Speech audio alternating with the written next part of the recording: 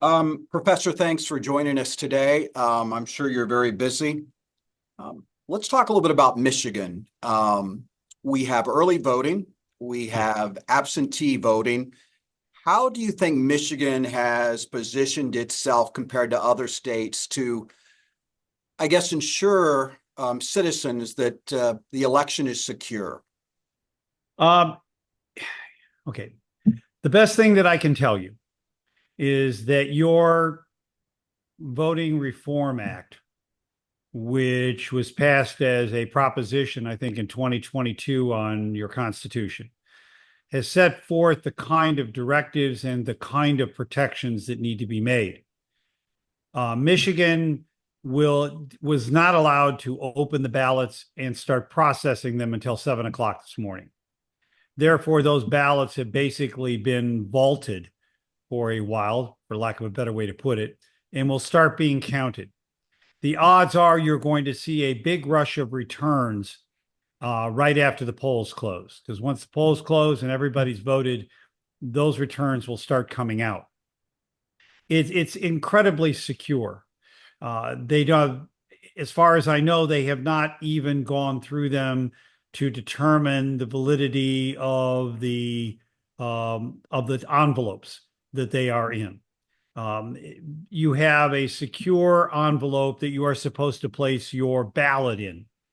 If in fact those have been canvassed, as we call it, then some people who made mistakes can be, in some counties and in other counties not, notified so they can come in and file provisional ballots.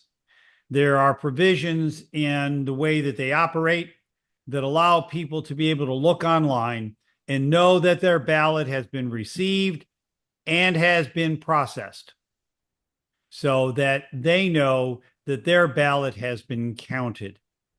There is no way for anyone to be able to fudge within the computers those ballots that have been counted.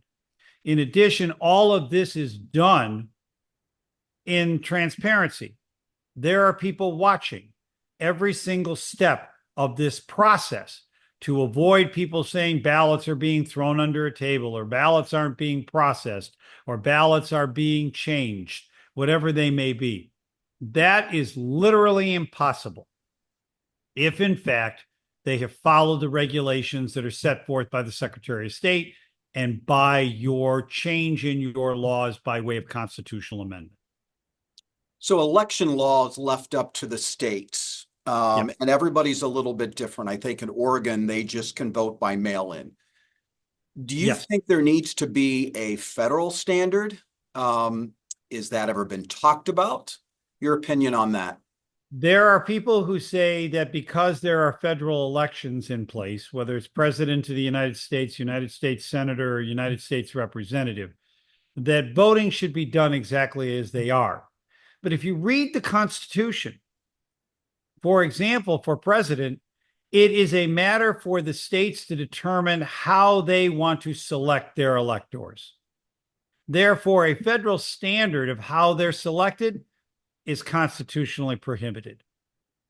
I think to the same extent, your representatives in Congress and your representatives in the Senate are selected by open ballot. That's the one thing that we saw changed from the old days, that senators are selected by ballot, but it's still as the state itself wants to vote on them. I don't see there being a federal standard for elections other than the standard of equal protection and due process for every voter. Do you expect, despite what's being done in Michigan and maybe some other states, do you expect a lot of litigation in this election cycle? I do expect a lot of litigation, depending upon how the returns come through. If in fact someone, one side or the other, is a huge winner with an incredibly large number of electoral votes above 270, then under those circumstances, the odds of changing the election by way of litigation is really minuscule. Do I expect that a particular candidate who believes even if you lose, you fight, then yes, there will be a lot of litigation.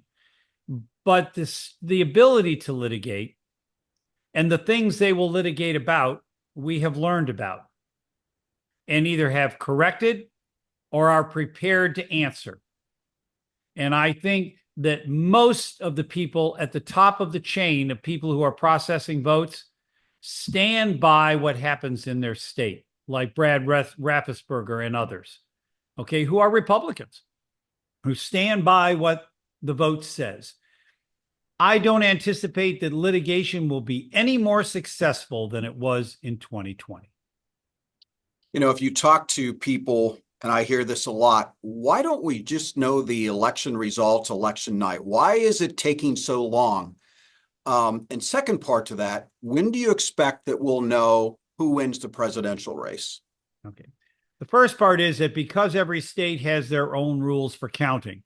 For example, in Georgia, they weren't allowed to even touch those mail-in ballots. They could not process them for the purposes of at least validating the ballots themselves as being properly submitted. And that slows things down because of the canvassing issue. When you have a state that does that, then it's going to be slow. It's going to take time. The idea that those particular provisional ballots or other ballots that are submitted the count can never really be final until everything is processed.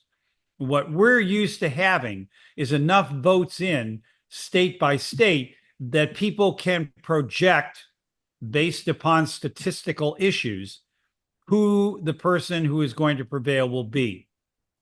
If we have really close elections, it's going to take time.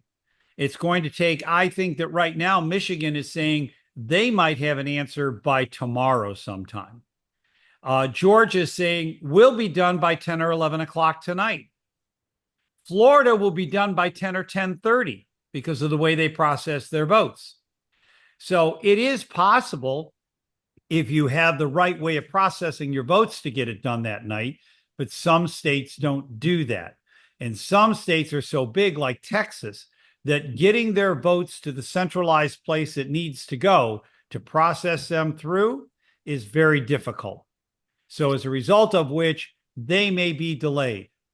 The votes may be so close that it gets slowed down in their processing because there may be a need to process them more than one before a count can be announced. I think we're going to be surprised. I think we're going to know based upon the way that they're being processed this year that we could have an answer by 12 or 1 o'clock tonight.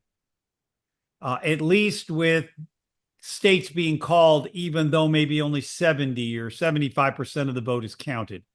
They'll be able to project the fact that certain states will go a certain way. I think that there's a real possibility that we will see a projected winner in the presidential race by maybe 1 o'clock in the morning. Professor, thanks for your time today. I really appreciate it. Appreciate being here. Thank you. Have a great day. You too. Bye-bye. Bye.